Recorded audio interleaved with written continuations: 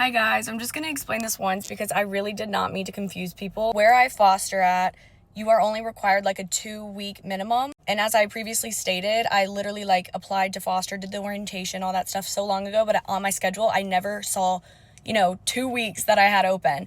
And the second I did, it literally was on a flight home and I was like, oh, give me a dog. I actually had 3 weeks and I was like, you know what, I'll get him adopted quick. But by me having, any dog in my home helps. It's a rescue. It's not like a kill shelter or anything. So they rescue them from bad hoarding situations. Every single situation is different. Or other shelters like in different parts of Tennessee bring them to Wags and Walks. They're very loved on, but they're always trying to find fosters. And by me fostering one, they're able to go, save another one from a different situation and then bring them there and then find that one a foster. Like, that's how it works. Now that I've been approved to foster, even though I don't have one in my care right now, I can always, when there's a situation like Pepe where I was going out of town, I asked them what do they think is best for me to do. Y'all, I paid for all his food, which to foster, you don't need to do that. They, supply all that. But I was just there's no need for that. I'm able to. Went and took him to get grooming. I bought him a shit ton of bones and toys. I spoiled that thing rotten. But I told them okay, so I've had him for 3 weeks and I am going out of town and then I will be back for a little bit and then I'm leaving again for a big chunk of time.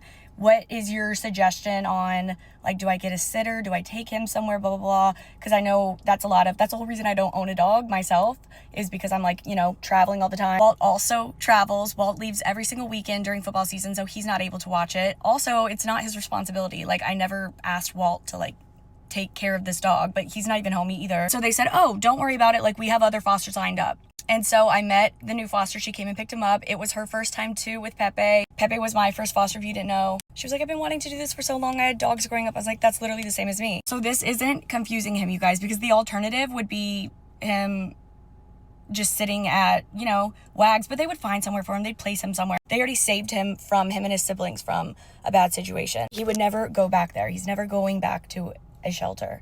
We're just always trying to keep him, whoever can keep him, until he's able to find a forever home. And I didn't mean to post that first video and leave ghost y'all, but if you didn't notice, I posted that on my way to the airport and then I was MIA the whole weekend. I literally wasn't on my phone on socials because I was in Utah and when I'm places, I'm not on my phone. So I was planning on, I pre-filmed the other vlog and I was planning on editing it and posting it, but I just in real time, you guys, I'm living in the moment. I literally don't stop to edit. So I just now posted it. So I think that's why it's confusing people. They're like, wait, I thought you said this and this. Why would you just now tell us? Why were you not answering? I'm like, holy shit, I literally wasn't even on my phone. Oh my God. I forget how invested people are, but I appreciate it, especially when it comes to Pepe. But I couldn't even imagine having children because this is just my foster. And I'm I thought showing him would help him get adopted, but it's just really opened a